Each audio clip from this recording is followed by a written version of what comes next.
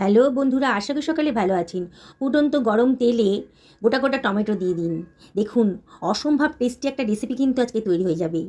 এতটাই টেস্টি হবে না, একবার দেখলে পরে আপনারা না বানিয়ে থাকতেই পারবেন না। চলুন তাহলে কথা না বাড়িয়ে বানিয়ে ফেলি। আমি এখানে 4টে মাঝারি সাইজের টমেটো নিয়ে নিয়েছি। আগে থেকে ভালো করে ধুয়ে পরিষ্কার করে নিয়েছি। কিচেন টাওয়াল দিয়ে টমেটোর গাটাকে খুব ভালো করে মুছে নিচ্ছি, যাতে কোনো জল না থাকে। টমেটোর গায়ে আমি একটু কাট লাগিয়ে দিচ্ছি ছুরি দিয়ে। এভাবে কাট লাগিয়ে দেবেন, যখন গরম তেলে দেবো টমেটোগুলো আর ফাটবে না। কড়াইটা যখন বেশ গরম হয়ে গেছে, তখন আমি এখানে 5 টেবিল চামচ সর্ষের তেল দিয়ে দিলাম। তেলটা যখন বেশ গরম হয়ে গেছে, তখন গ্যাসের ফ্লেমটা একেবারে লোতে রেখে টমেটোগুলোকে আমি দিয়ে দিচ্ছি। লোতে রাখতে হবে গ্যাসের ফ্লেমটা, নাহলে কিন্তু টমেটো খুব ফাটবে। এবার এটা ঢাকা দিয়ে দেব। ঢাকা দিয়ে এটা মিডিয়াম টু হাই ফ্লেমে মিনিট 2 রান্না করে নেব। তবে আবারও গ্যাসের ফ্লেমটা কমিয়ে দিয়ে একটু নাড়াচাড়া করে নিচ্ছি। গ্যাসের ফ্লেমটা কমিয়ে করবেন, নাহলে কিন্তু একটা অ্যাক্সিডেন্ট হয়ে যেতে পারে, মানে তেল ছিটকাতে পারে আর কি। হয়ে গেছে, আমি গ্যাসের ফ্লেমটা অফ করে দিয়েছি। টমেটোগুলোর কালারটাও কিন্তু চেঞ্জ হয়ে গেছে, দেখুন কাঁচা ভাবটা একেবারেই নেই। এবার একটা চিমটার সাহায্যে আমি অন্য একটা পাত্রের ভেতর তুলে রাখলাম। এবার টমেটোর খোসাটা আমি কেটে বাদ দিয়ে দিচ্ছি।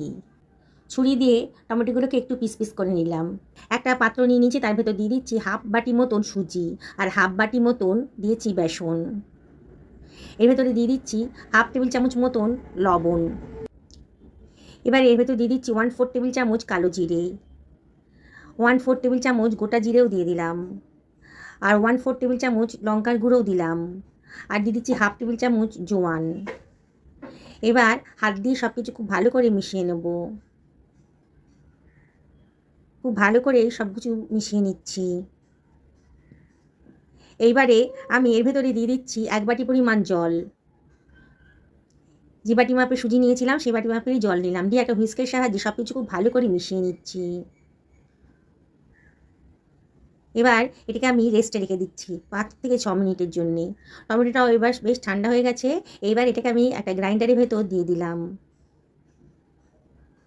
জল লাগবে না, জল ছাড়াই এটাকে গ্রাইন্ড করে নেব। দেখুন কত সুন্দর একটা স্মুথ পেস্ট তৈরি হয়ে গেছে। মিনিট 5 হয়ে গেছে। বেসন আর সুজিটা ভেজাতে দিয়েছিলাম, অনেকটা ফুলেও গেছে, বেশ নরমও হয়ে গেছে। এবারে আমি এর ভেতরে দিয়ে দিচ্ছি একটুখানি হিং। হিঙের গন্ধ হলে খুব সুন্দর খেতে লাগবে। হিঙের গন্ধ যদি পছন্দ করেন তাহলে দিয়ে দেবেন। হাতে ডলে খানিকটা কসুরি মেথিও দিয়ে দিলাম, দারুণ সুন্দর একটা ফ্লেভার আসবে। সব কিছু আবারও হুইস্কের সাহায্যে মিশিয়ে নিচ্ছি। একেবারে নতুন ধরনের একটা রেসিপি তৈরি হতে চলেছে। এবারে আমি এর ভেতরে দিয়ে দিচ্ছি পেস্ট করে রাখা টমেটো পিউরিটা, পুরোটাই দিয়ে দিলাম। আবারও সব কিছু খুব ভালো করে মিশিয়ে নিচ্ছি। খুব ভালো করে মিশিয়ে নিতে হবে। এবারে আমি এর ভেতরে দিয়ে দিচ্ছি 1 টেবিল চামচ মতো চিনি। চিনিটা অপশনাল, তবে দিলে পারে কিন্তু রান্নার টেস্টটা খুব ভালো আসবে। পছন্দ না হলে বাদ দিয়ে দেবেন। আবারও সব কিছু খুব ভালো করে মিশিয়ে নিচ্ছি, চিনিটা ভালো করে গলে যায়।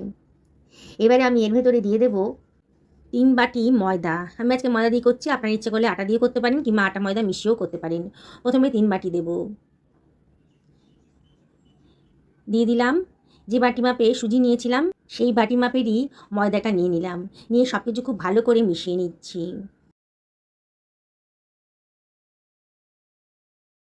বেশ নরম করে ময়দাটা মাখা হয়ে গেছে। আমার আরেকটু ময়দা দিয়ে দিলাম, আরও হাফ বাটি মতো দিলাম। দিয়ে ভালো করে এটাকে ঠেসে ঠেসে মেখে নিচ্ছি। এটাকে সরিয়ে রাখলাম। খানিকটা সোয়াবিনও গরম জলে সেদ্ধ করে রেখেছিলাম, সোয়াবিনটাকে আমি জল ঝরিয়ে অন্য একটা পাত্রের ভেতর রেখে দিচ্ছি। মিক্সার গ্রাইন্ডারের ভেতর 1.5 ইঞ্চি পরিমাণ আদা কুচনো দিয়ে দিলাম, 2খানা কাঁচা লঙ্কাও ফাটিয়ে দিয়ে দিলাম। এবার এর ভেতর দিয়ে দিচ্ছি 1 টেবিল চামচ জল। এটাকে গ্রাইন্ড করে নিচ্ছি। দেখুন কত সুন্দর একটা পেস্ট তৈরি হয়ে গেছে।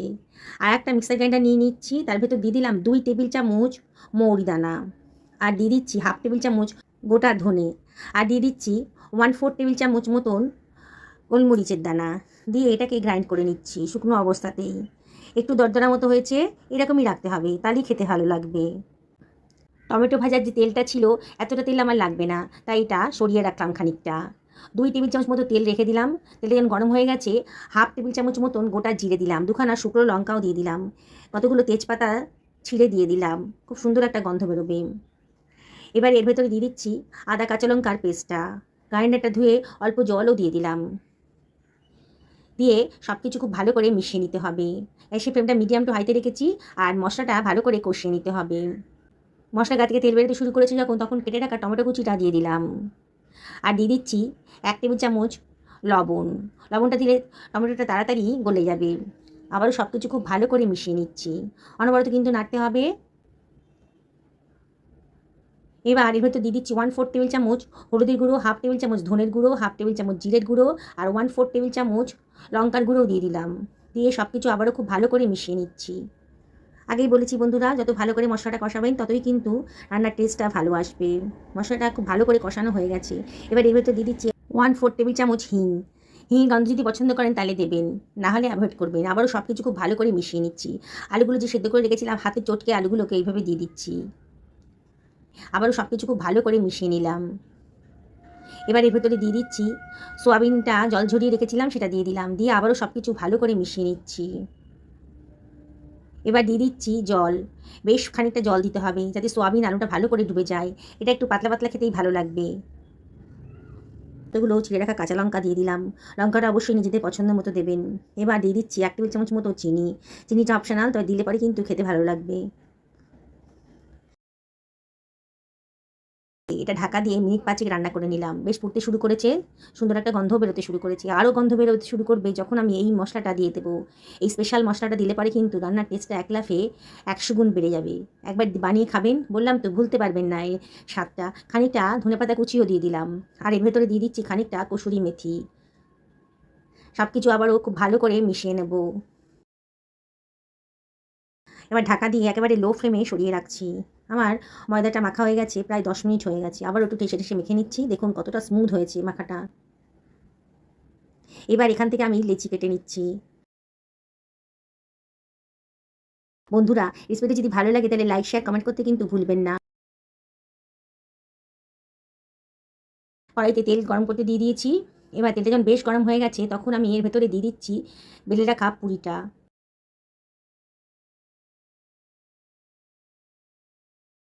আমি এবার সমস্ত পুরিগুলো একইভাবে ভেজে নিচ্ছি। হয়ে গেছে, আমি এবার একটা সার্ভিং প্লেটে এগুলোকে সার্ভ করে দিচ্ছি। কতটা লোভনীয় হয়েছে দেখুন বন্ধুরা। বাচ্চাদের সকালে জলখাবারেও দিতে পারেন, হাজব্যান্ডের লাঞ্চ বক্সেও দিতে পারেন, কিংবা ডিনারেও এটা তৈরি করে ফেলতে পারেন। কোনো ঝামেলাই নেই। নিরামিষের দিনে কোনো চিন্তা থাকবে না যদি এই রেসিপিটা বানিয়ে ফেলেন। দেখুন তরকারিটা একটু পাতলাই করেছি। এইবার আমি একটা পুরি আপনাদেরকে ছিঁড়ে দেখাচ্ছি কতটা ক্রিস্পি হয়েছে বাইরেটা। দেখুন কতটা লোভনীয় হয়েছে। আমি আপনাদেরকে আবারও রিকোয়েস্ট করব, একদিন বাড়িতে বানিয়ে ফেলুন, পরিবারের সকলকে খাওয়ান, নিজেও খান। দেখবেন এই নতুন ধরনের রেসিপিটা খেয়ে পরিবারের সকলে কিন্তু ভীষণ মজা পাচ্ছে।